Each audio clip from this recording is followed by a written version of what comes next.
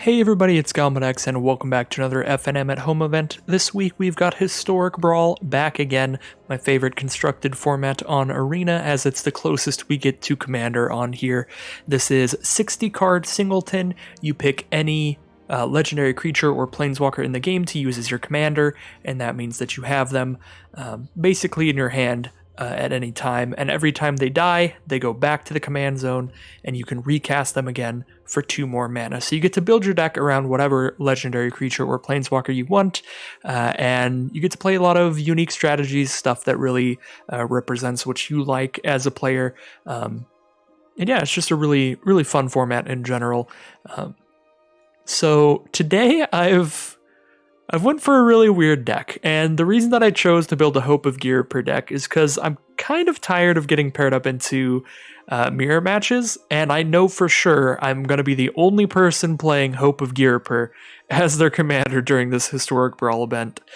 So Hope of Ghirapur is a 1-mana 1/1 flyer. You can sacrifice it to make it so target player who was dealt combat damage by Hope of Ghirapur this turn can't cast non-creature spells until your next turn.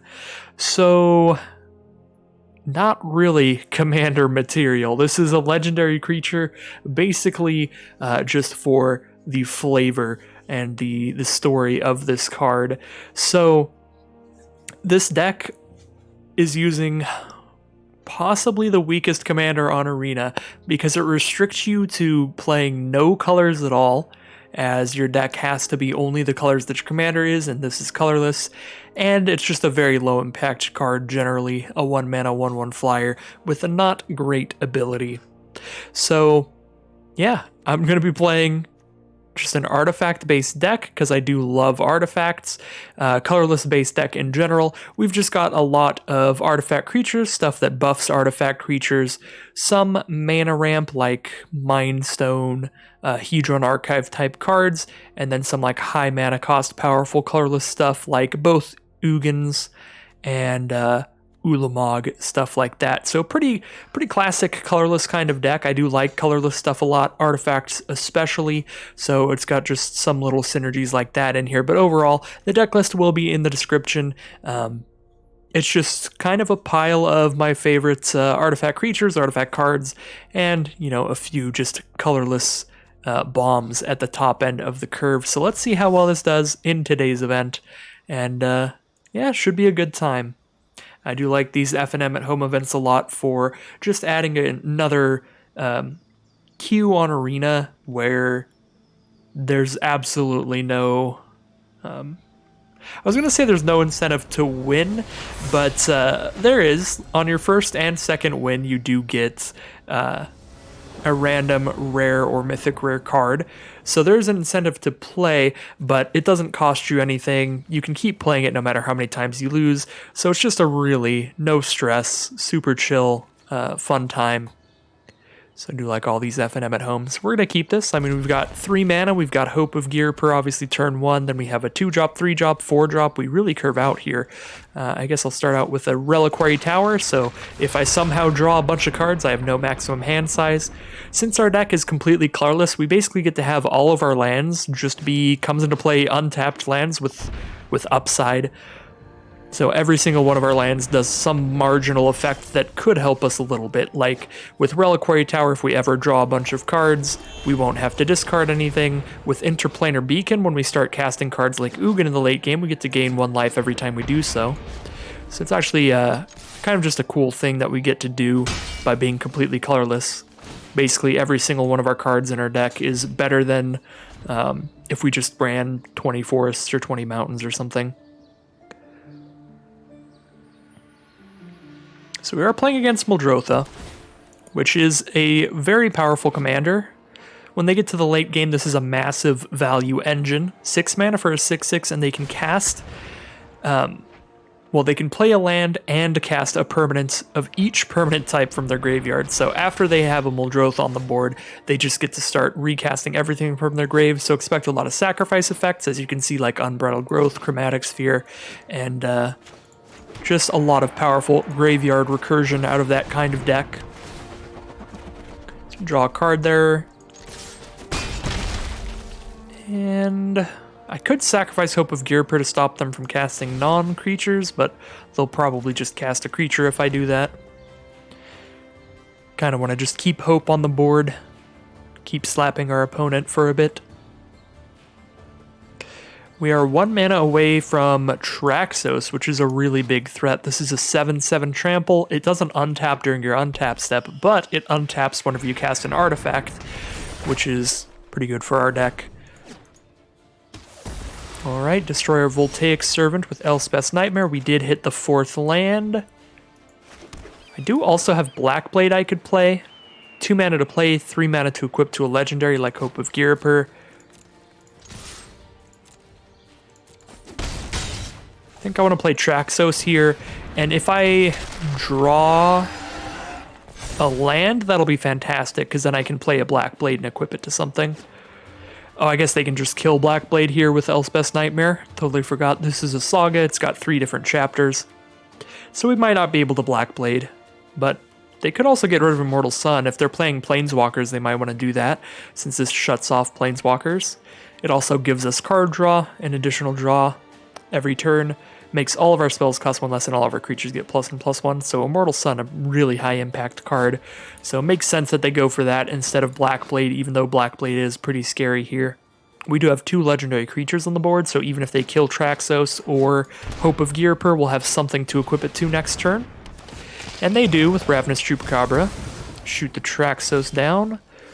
Alright, did not draw the land for Blackblade, but I can play Tome of Legends, use it to draw a card, and hope to draw the land there, and then I can play Blackblade. There is the land. So obviously I can't equip it this turn, since I drew my land after I played it, but we can equip it in the future and it'll be giving +5/+5, which will be really nice if Hope of Ghirapur is still on the board. That will be wonderful. I'm actually only 1 mana away from Ugin now, which is pretty awesome. Not as powerful as the 8 mana Ugin, but this one is really solid. It makes everything in our deck cost 2 less, so even if it doesn't do anything else, that's pretty solid. And this makes 2/2s, destroys permanents. Really good card. Solid, versatile Planeswalker. Chupacabra's coming in. We've drawn a Scarecrone. This is a card I really like in this kind of deck. We can return artifact creatures from our grave to the battlefield for only 4 mana. However, obviously our opponent did exile our whole graveyard, so we won't be able to bring these back. But this would have been a really good draw if they didn't exile our graveyard this game. I think I kind of want to just use Tome of Legends here. Buried Ruin would be great here, also if they didn't exile our graveyard. Ooh, Sky Sovereign for next turn's pretty great.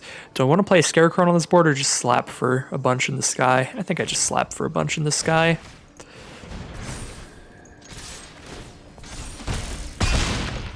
They're down to 7. Definitely going to need to find a way to kill our flyers. At least one of them. If they can kill Hope of Ghirapur, then they're doing pretty solid. This does cost 7 to equip, so I can't just re-equip it to Skyscanner next turn, even if I hit a land. Vraska, Golgari, Queen. So they'll have to kill Hope of Ghirapur here. Actually, no, they can kill the Blackblade itself. That's probably better to just kill the Blackblade.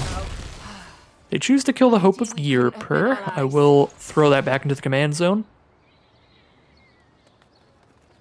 Because now I can just kill Vraska with my Skyscanner, and then if I hit a land, I play Hope of Ghirapur and Blackblade Reforged. Gets equipped onto it. Ooh, if they have the flying blocker, though, then Vraska could stay out here.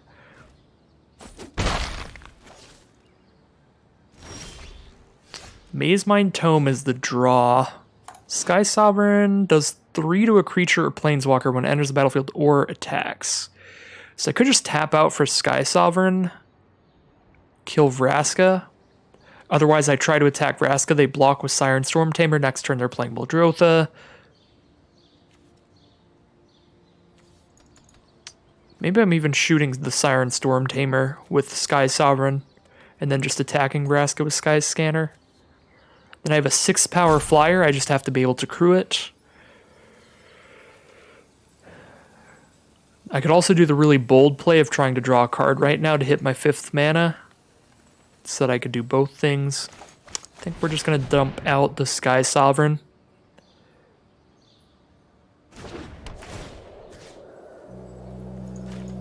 Kill the Storm Tamer and just attack Vraska.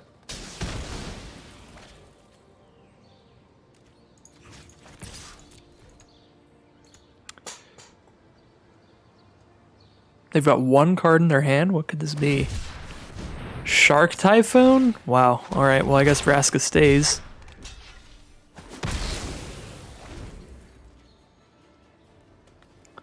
So they do have the mana for Muldrotha, but then they only have 2 mana up after that. They spend 6, cast Muldrotha, play a land from grave, use the land and Chromatic Lantern for 2. I guess Incubation Druid as well, so they have 3 mana up here. It's the best they can do. Elspeth's Nightmare, but my creatures are already dead, so Nightmare doesn't really do anything. I guess they get to cast Unbridled Growth, Chromatic Sphere, and Siren Storm Tamer. Yeah, if Muldrotha hits the board, they kind of just get to go off and stabilize.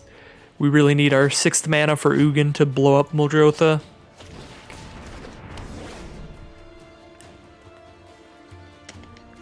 Force them to dump all their mana in next turn to recast it.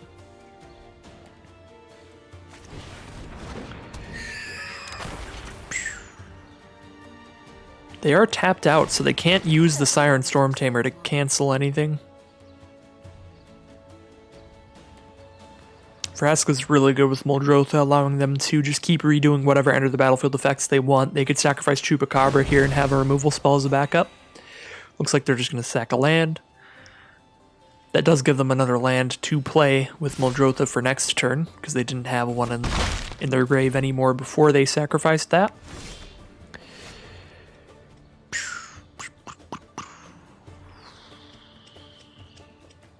So I do have Hedron Archive here. I could play Hedron Archive and Hope of Ghirapur.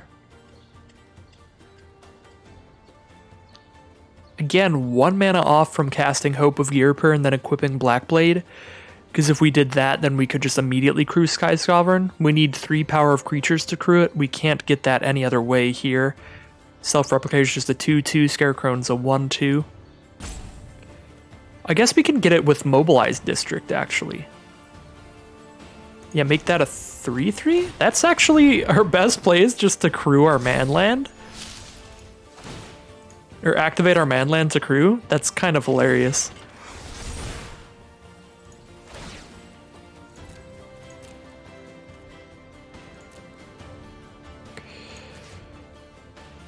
Probably gotta kill Vraska. I could put them to 2 here.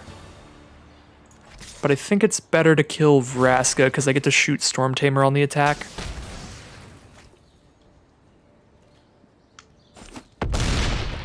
I guess with Muldrotha out, they do just get to recast Vraska, but they have to dump 4 into that now. Yeah, no, Muldrotha is just actually absurd. We should have just slapped the face, put him to 2, hope for the best.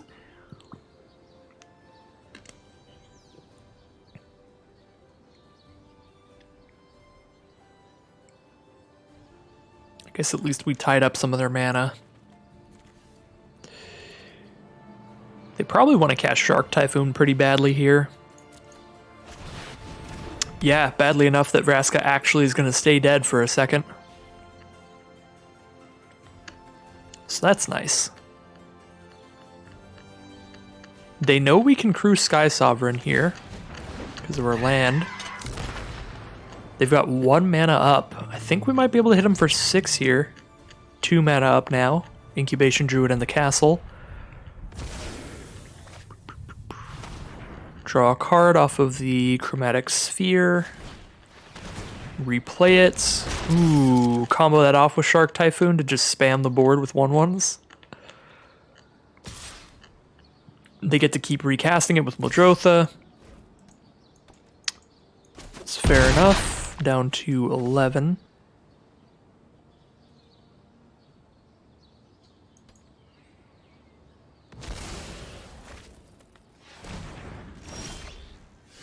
Sculpting Steel. Copy of any artifact on the battlefield. Sky Sovereign's a legendary, so that's not going to help us.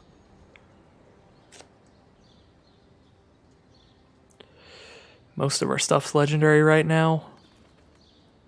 So I don't think that'll do anything for us here. Anything in our grave? Just Skyscanner. So Buried Ruins not doing much. I can crew and attack with Sky Sovereign and kill both the flyers, but then they just go off with Shark Typhoon next turn. Like, we have to somehow find lethal right now. I think if we attacked their face, there was like a possibility we could find lethal through the Shark Typhoon. It's pretty unlikely, but it would have given us a shot here. Here we're just dead. I guess...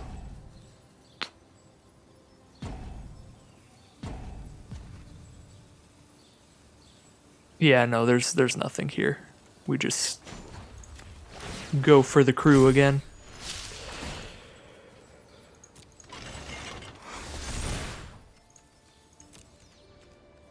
But we take well over lethal and they're just going off here. Doesn't really matter which one we click. I guess we're only taking 8, but their field's just going to be massive. Way too many flyers. Gonna head into the next round there. So I'm not running a ton of lands in here. I should probably be running more. I'll double check what the land count in the deck is, but I think that game we could have easily won if we just hit more lands at the end. Because we were very close. Yeah, I guess I'm only on 20 lands here. In our curve, we do have some good like 4, 5s, and 6s. But yeah, we got some really expensive stuff later. So I should be playing more lands in here. Let's drop down like a Mask Wood.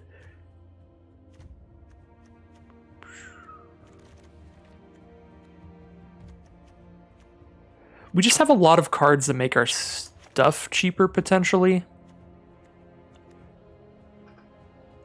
And adds mana. There, I'll just put in at least 2 more lands, so we're at like 22 here. Just get an energy token, I guess. I don't think that really does anything for us, but basically our wastes, since wastes are not on Arena right now. Wastes, for those who don't know, are colorless basic lands. They were in Battle for Zendikar and Oath of the Gatewatch. Ooh, Artifact Mirror match, let's go. Tezzeret, Master of the Bridge, an incredibly powerful blue-black artifact commander. I am a huge fan of that card. We're going to be trying to get to our later land drops off of this Mazemind Tome here. Try to use this to make sure we hit our mana. But if we just hit 3, Foundry Inspector is going to let us do a lot of stuff.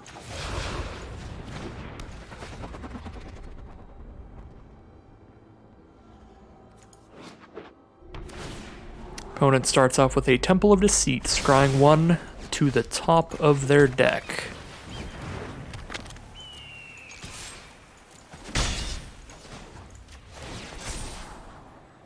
We are going to leave that on top. That is a land right there.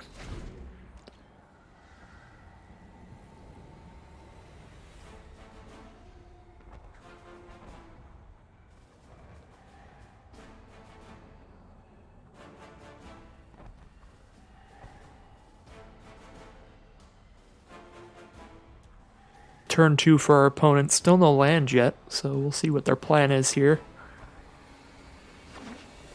Blast Zone it is. Blast Zone is a land that can destroy all permanents with mana cost equal to the charge counters on it, and you can dump more charge counters on it for a bunch of mana. So right now it would blow up all 1 mana cards, so it would kill our Hope of Ghirapur. I think I want to play Foundry Inspector first, but maybe we play the Myr. Both of these will help us cast more things. I don't know which is better initially. Probably Foundry Inspector. Because then I can cast like all these Myrs really easily.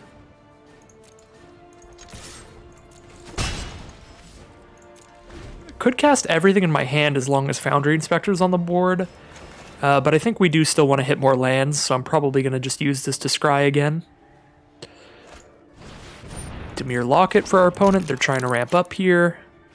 They did hit the 3rd land as well. Tapped land, Dismal Backwater. There we go, Zhalfir and Void. That's 4 lands for us.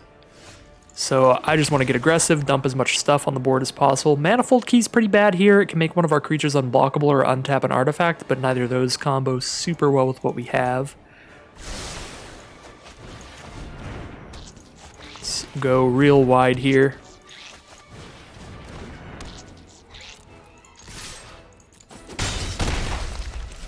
I'm going to scry again, and now I don't even really want land. Scrap Trawler is pretty nice, though. Whenever one of our artifacts dies, we get to return a cheaper artifact from our graveyard to our hand, so this gives us a lot of value if it manages to stay on the field when stuff's trading and getting sacrificed and dying and all that.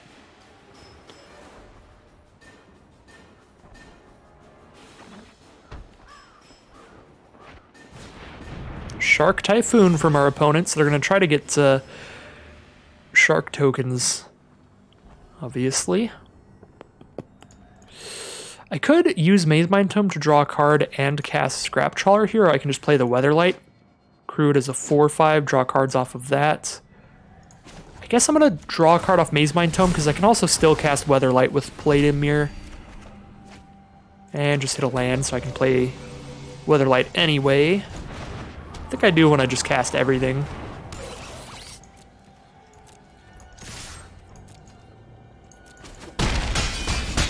And at this point, I actually do want to make it so they can't cast any non-creature spells for their Shark Typhoon.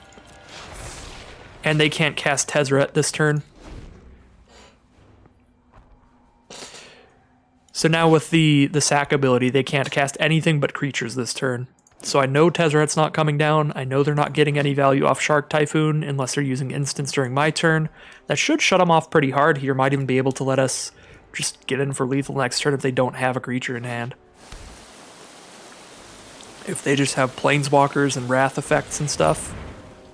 Looks like they did have one creature, Meteor Golem. Is going to do a lot of work here. Blow up the Weatherlight. Sure. Nothing I can do about that. Draw Chief of the Foundry, give our other artifact creatures +1/+1. 4, 5, 6, let's see, they block there, take 4, 5, 6, 7, 8, 9, 10, 11. Not lethal yet. But it's pretty close. Sacrifice a Cryptic Caves to draw a card here. Filigree Familiar. Yeah, we'll just do Chief of the Foundry. Go for close to lethal here.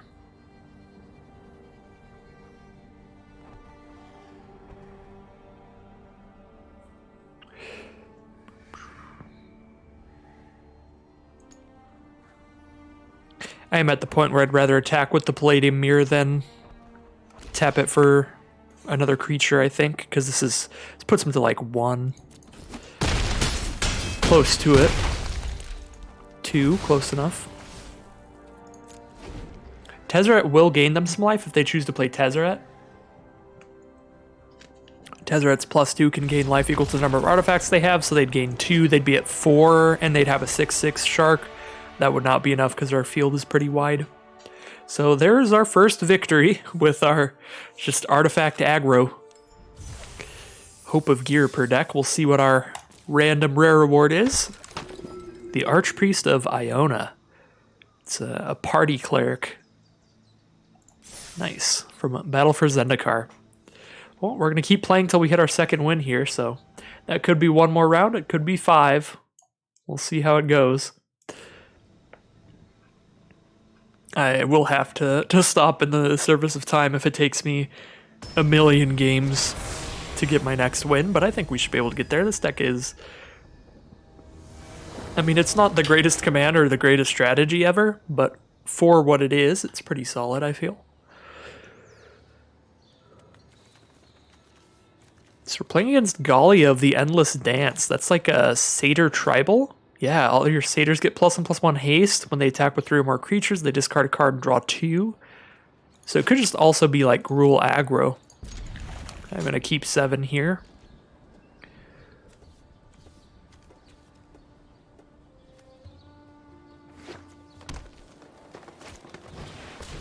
Swarm Shambler to start things off for our opponent, so it could very well just be Gruul aggro.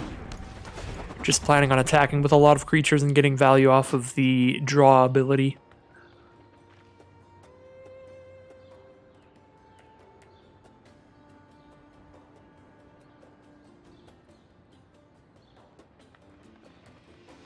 Turn 2 for our opponent, just a forest out right now.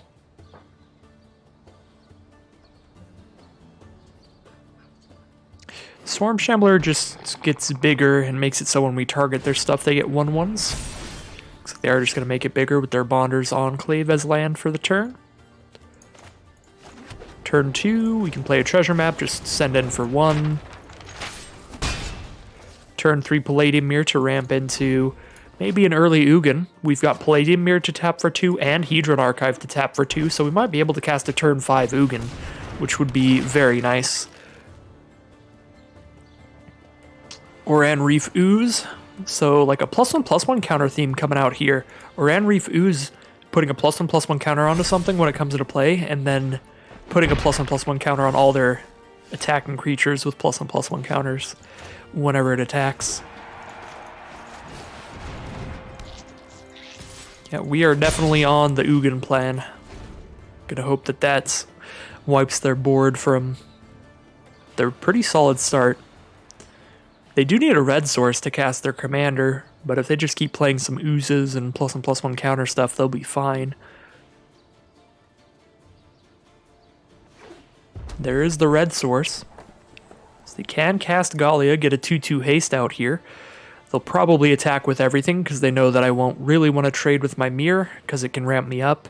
And also by attacking with everything, attacking with 3 or more creatures, they trigger the draw ability off of Gallia. Ooh. Or they just have like a 4-mana spell instead. Something like that. Or they want to draw a card off of just Bonder's Enclave. They have a lot of options, even just on board and in their command zone. We are going to take 7. We're going to get hurt pretty badly here, but Ugin can really win games to where we can go pretty low. But I might want to chump block with Hope of Ghirapur this next turn. In fact, that's probably the case. Definitely not chump blocking with Palladium Myr. Alright, use Bonder's Enclave to draw some cards.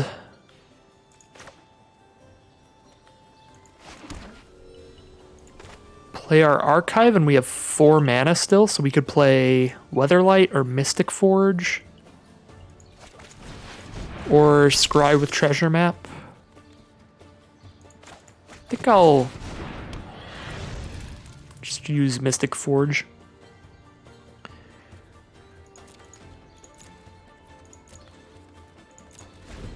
Not really going to be able to crew the Weatherlight. Once Hope of Ghirapur dies, it's a crew of 3.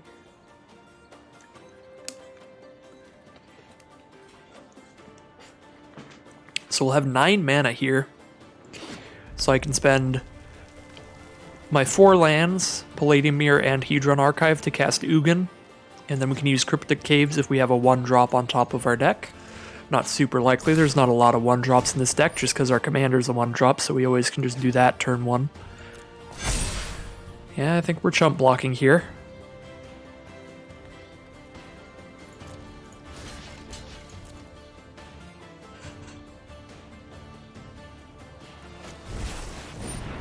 Embercleave, alright.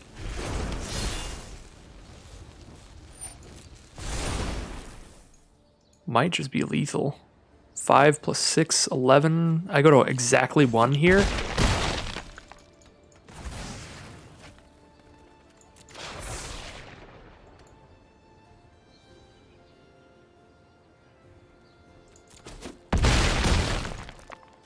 Well, we are probably just going to lose to Gruul aggro here. This is historic, so they can just have really anything. Actually, their commander has haste, so we just can't win. Yep, we just died to Embercleave. Am I playing Standard? I guess I could cast Steel Overseer. No, there's no way I don't just die to Embercleave. Like, because if I cast Ugin, I have to tap the Myr to do that. And by tapping the Myr, I don't have a blocker for the Gallia. So, like, technically I'd lose to Gallia, because Gallia would be haste hitting me for 2, but I'm just going to count that as a loss to Embercleave. All things considered. I guess maybe I could draw into something crazy. Sculpting Steel? Could copy their Embercleave. Or copy Shadowspear. Can't afford to cast Ugin now. A double Steel Overseer would be really good if I could actually survive here, but I just can't. It definitely feels like a one-turn game where, like, one turn off from doing a lot of really good stuff. Just if they didn't have the Embercleave here, like we have a sick board now. Or Ugin. But that'll be lethal.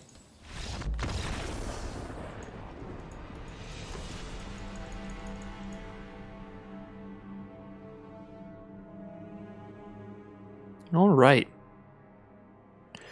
I don't know how many games this has been. There's no way to really track in this event. You can just see how many wins you did. I checked last week for the FNM at home Momir event, and I ended with like 20-something wins. I played so much Momir.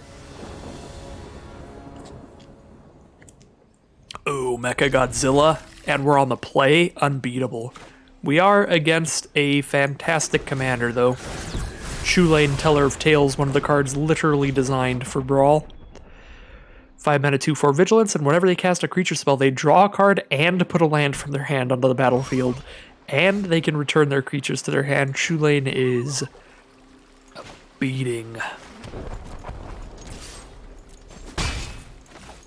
So we are very much trying to outrace that with double Mecha Godzilla. Next turn. Mono brown aggro. Let's go. Mecha Godzilla, come on out. Reach. Alright, well, if they have removal, the Crystalline Giant is going to die. Getting Hexproof as your first ability on Mecha Godzilla is always the hope. That is living the absolute dream. We do have Manifold Key. Even if they start cluttering up the board and casting a bunch of stuff, we can start getting in unblockably. We also have Blackblade to throw on the Hope of Ghirapur when we're done casting other creatures with Sculpting Steel and Mecha Godzilla here. Foretell a card. Hey, a new call time thing coming up. Alright. I'm going to cast Sculpting Steel pre-combat so that my new Crystalline Giant gets an ability here. Ooh, we got Flying. Let's go. Got Menace on the basic version. Wow, I can't believe it didn't copy the Mecha Godzilla artwork. That's so sad. I got a basic Crystalline Giant over here. Battle Mammoth. That is not a reach creature, so it's pretty fantastic for us. We're just slamming them in the sky here. They have to double block this. If they double block, we kill Incubation Druid. I guess, okay. They're just going to scoop them up because we're hitting for 8 in the sky. I think I would hold back that Crystalline Giant, but that was a fantastic start for Mono Brown aggro there. Double Crystalline Giant. We did manage to outrace the Shoelane deck, so really solid stuff. Shoelane is one of those commanders pretty similar to Muldrotha in that they just absolutely take over the game once they've hit the field. They just give your opponent so much value. So that is going to end today's FNM at Home event. I hope you all enjoyed. I definitely had a fun time. Definitely liked playing Hope of Ghirapur. I like playing just weird commanders that hopefully nobody else is playing, or at least we don't run into a mirror match of. So this was the deck list. I'll have it in the description if you'd like to check that out. But of course, I would not recommend spending your wildcards on this if you are a free-to-player or you just don't have the excess wild cards because this is this is just a for fun weird commander that I'm specifically just trying to use something I don't think anybody else would be doing. So anyways, that is going to end today's video. Thank you all so much for watching. If you want to see more of this content, stick around on the channel. I upload videos generally daily, and I do occasional live streams at the Twitch channel in the link below. So the next thing we've got coming up is the Mythic Qualifier. I'm on the wrong page. I gotta go to the home page. Oops. Qualifier Weekend, Day 1 event. This is a standard event that I got into by being Mythic in Limited last month. So that'll be tomorrow's video. It'll be a pretty much limited only player fumbling around in standard, playing against decks that he has never seen before. So if that sounds like something you're interested in, that is coming up tomorrow. So once again, thank you for watching, and I'll see you again tomorrow for the Qualifier Weekend.